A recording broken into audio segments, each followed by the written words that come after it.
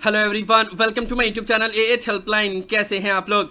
सो ये वीडियो वो सभी स्टूडेंट के लिए बहुत इंपॉर्टेंट है जो पहली बार इग्नू में एग्जाम देने जा रहे हैं, क्योंकि हर साल इग्नू में 2 सेशन में एग्जाम होते हैं, एक जून सेशन और एक दिसंबर सेशन। और हर सेशन में लाखों स्टूडेंट पहली बार इग्नू में एग्जाम देने जा रहे होते हैं। एंड जब भी स्टूडेंट पहली बार किसी यूनिवर्सिटी का एग्जाम देने जा रहा होता है तो उनके माइंड में बहुत सारे कंफ्यूजन रहते हैं, बहुत सारी चीजों को लेकर डाउट रहता है कि क्या क्या डॉक्यूमेंट लेके जाना है, एग्जाम कैसे होते हैं, क्या क्या रूल्स एंड रेगुलेशन होते हैं। इन सब के बारे में हम लोग इस वीडियो में डिटेल में बात करेंगे, ताकि पहली बार अगर आप इग्नू में एग्जाम देने जा रहे हो तो एग्जाम देने जाने से पहले ही आपको हर एक रूल्स एंड रेगुलेशन के बारे में अच्छे से जानकारी हो। आप लोग बस वीडियो को ध्यान से और कंप्लीट जरूर देख लीजिएगा।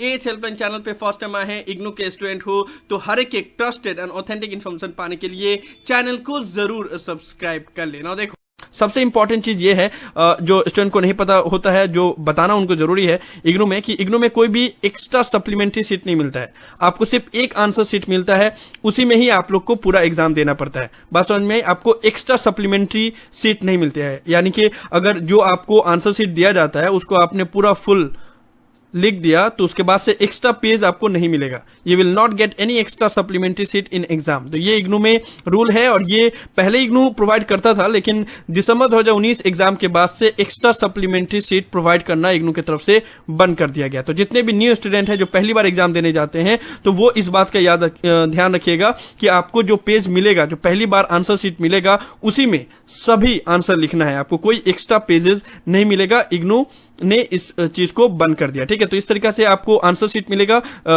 जितना पेजेस दिया रहता है इग्नू में वो सफिशियंट रहता है। अगर आप बहुत बढ़ा चढ़ा के लिखोगे, एक्स्ट्रा लिखोगे, तभी आपको एक्स्ट्रा पेजेस की जरूरत पड़ेगी, ठीक है। तो ज्यादा कटकुट मत करना, ध्यान रखना कि एक ही बार आपको जो आंसर शीट मिलेगा उसमें जितने पेजेस है उसी में आंसर लिखना है, उससे एक्स्ट्रा नहीं लिखना है। हालांकि वर्ड लिमिट भी ध्यान रखना पड़ता है आप लोग को, उसके ऊपर मैंने ऑलरेडी डिटेल में वीडियो बनाया हुआ है, आप लोग चाहे तो वो वीडियो को देख सकते हैं, ठीक है। लेकिन ये आप लोग जान लीजिएगा कि आपको एक्स्ट्रा सप्लीमेंट्री सीट नहीं मिलता है। न्यू स्टूडेंट को नहीं पता होगा इसलिए मैंने बता दिया, ठीक है।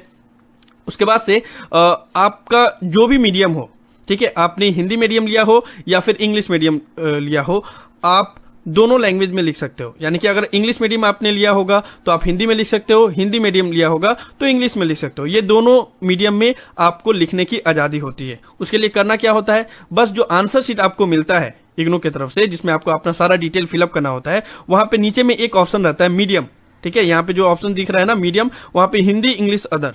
तो यहाँ पे अगर आप हिंदी में लिखना चाहते हो एग्जाम तो हिंदी लिखोगे, इंग्लिश में लिखना चाहते हो तो इंग्लिश लिखोगे, अदर्स मत करना, और कोई भी रीजनल लैंग्वेज में मत लिखना, नहीं तो आपका पेपर चेकिंग नहीं होगा।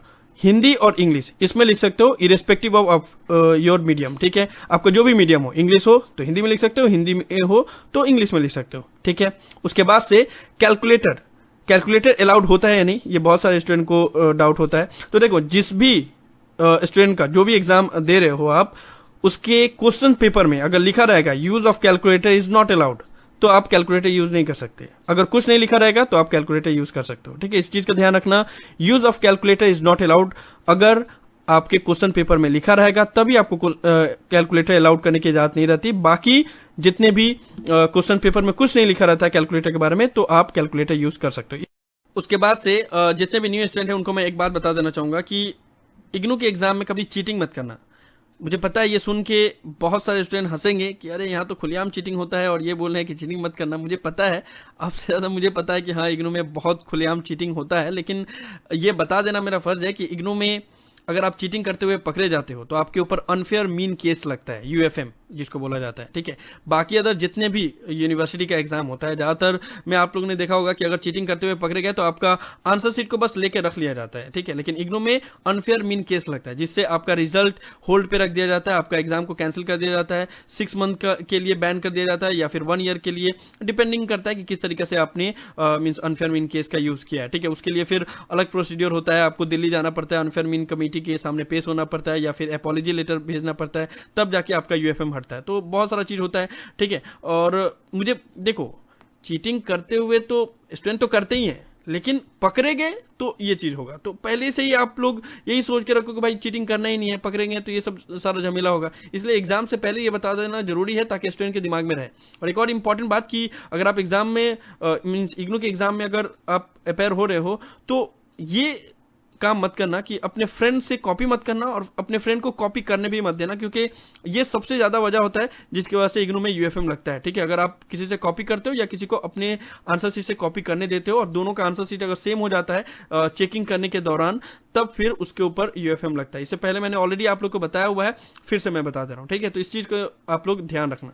ओके, उसके बाद से पासिंग मार्क्स आपको याद रखना चाहिए एग्जाम देने से पहले कि कितना पासिंग मार्क्स होता है इग्नू में। ठीक है, तो बैचलर डिग्री के जितने भी स्टूडेंट हैं उनको 18 लाना होता है 50 मार्क्स के पेपर में, और 100 में 35 मार्क्स लाना होता है। ठीक है, एक्सेप्ट बीसीए के स्टूडेंट का 100 में 40 लाना पड़ता है और 50 में 20 लाना पड़ता है। बाकी जितने भी बैचलर डिग्री के स्टूडेंट हैं उन सबको 50 में 18 लाना होता है और 100 में 35 लाना होता है। ठीक है, मैक्सिमम जितने भी बैचलर डिग्री है उसमें यही होता है। और मास्टर डिग्री के जितने भी स्टूडेंट हैं उनका 50 में 20 मार्क्स लाना होता है पास होने के लिए, और 100 में 40 मार्क्स लाना होता है पास होने के लिए। ठीक है, मेजोरिटी ऑफ मास्टर डिग्री का यही है। ठीक है, और हालांकि इसके ऊपर मैंने सेपरेटली कौन कौन से मींस प्रोग्राम का कितना पासिंग मार्क्स है इसके ऊपर डिटेल में वीडियो बनाया हुआ है। आप लोग चाहें तो ये वीडियो को देख सकते हो, प्रकार में मैंने वीडियो का लिंक दे दिया है। ठीक है, पासिंग मार्क्स याद रखना। उसके बाद से स्टूडेंट के माइंड में ये डाउट आता है कि क्या क्या डॉक्यूमेंट लेके जाना होता है इग्नू एग्जाम के लिए। हालांकि इसके ऊपर मैंने बहुत सारे वीडियोस बनाए हुए हैं, लेकिन जैसा मैंने बताया आप लोगों को कि हर साल लाखों स्टूडेंट इग्नू में एग्जाम देने जाते हैं, तो उनको ये जानकारी होना जरूरी है कि क्या क्या डॉक्यूमेंट लेके जाना होता है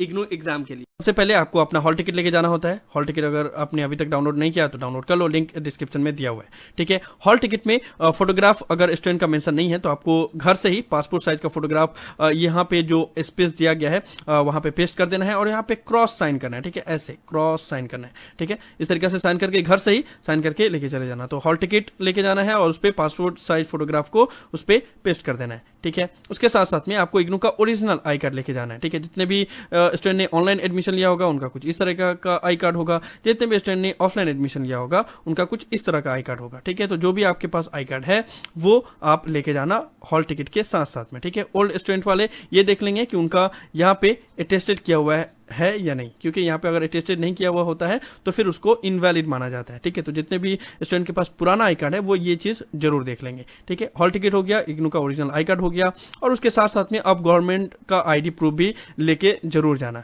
हालांकि बहुत सारे स्टूडेंट जिनके पास आई कार्ड नहीं है या किसी भी कारणवश वो आई कार्ड डाउनलोड नहीं कर पा रहे हैं या गुम हो गया है, तो इस बार इग्नू ने ये अलाउ किया हुआ है और ये हॉल टिकट में ही मेंशन किया हुआ है कि अगर आपके पास इग्नू का आई कार्ड नहीं है तो आप कोई भी गवर्नमेंट आईडी प्रूफ भी लेके जा सकते हैं, तब भी आपको एग्जामिनेशन हॉल में एंट्री दी जाएगी। उसके साथ साथ में ये तो आप लोग को पता है कि एग्जामिनेशन हॉल में 1 घंटा पहले पहुंचना है, एग्जामिनेशन सेंटर में 1 घंटा पहले पहुंचना है, क्योंकि वहां पे बहुत ज्यादा रश होता है इग्नू में जब भी एग्जाम कंडक्ट करवाया जाता है। तो इसलिए जितना जल्दी एग्जाम सेंटर में पहुंचोगे उतना ही ज्यादा आप लोग के लिए बेहतर होगा। तो आपको समझ में आ गया, अगर आप इग्नू में पहली बार एग्जाम देने जा रहे हैं तो क्या क्या रूल्स एंड रेगुलेशन है। तो जो इंपॉर्टेंट चीज है वही मैंने बताया, जो आप लोग को याद रखना है, और क्या क्या डॉक्यूमेंट लेके जाना है वो भी मैंने बताया। बाकी पेन एंड पेंसिल जो आप लोग लेके जाओगे वो तो लेके जाओगे। डॉक्यूमेंट के बारे में मैं बता रहा था कि हाँ ये डॉक्यूमेंट लेके आपको जाना होता है। पिछले सेशन में कुछ स्टूडेंट ने कॉमेंट सेक्शन में लिखा था कि क्या हमें पेन लेके जाना पड़ेगा या वहां से प्रोवाइड किया जाएगा। तो देखो, इग्नू फ्री में कुछ भी नहीं देता, तो आपको अपना पेन खुद ही लेके जाना पड़ेगा, और वहां से कुछ भी फ्री में नहीं मिलने वाला है आप लोग को। तो समझ में आ गया आप लोग को। यही सब था इस वीडियो में। मुझे उम्मीद है कि आप लोग को वीडियो पसंद आया होगा। इस वीडियो को लाइक जरूर कर दे, सभी फ्रेंड के साथ शेयर करें ताकि उनको भी ये डिटेल इन्फॉर्मेशन मिल पाए। किसी भी तरह के डाउट के लिए आप लोग नीचे कमेंट बॉक्स में लिख सकते हैं या मुझे डायरेक्टली कॉल करके भी अपना डाउट क्लियर कर सकते हैं। सभी सोशल मीडिया प्लेटफॉर्म पे मैं अवेलेबल हूँ, इंस्टाग्राम, टेलीग्राम, ट्विटर, सभी का लिंक डिस्क्रिप्शन में दिया हुआ है, वहां पे भी आप लोग मुझे फॉलो कर सकते हो। और अगर आप AH हेल्पलाइन चैनल पे फर्स्ट टाइम आए हो तो मेक श्योर आप लोग पहली फुर्सत में चैनल को जरूर सब्सक्राइब कर ले। So thank you so much for watching this video. Have an awesome day. Thank you so much.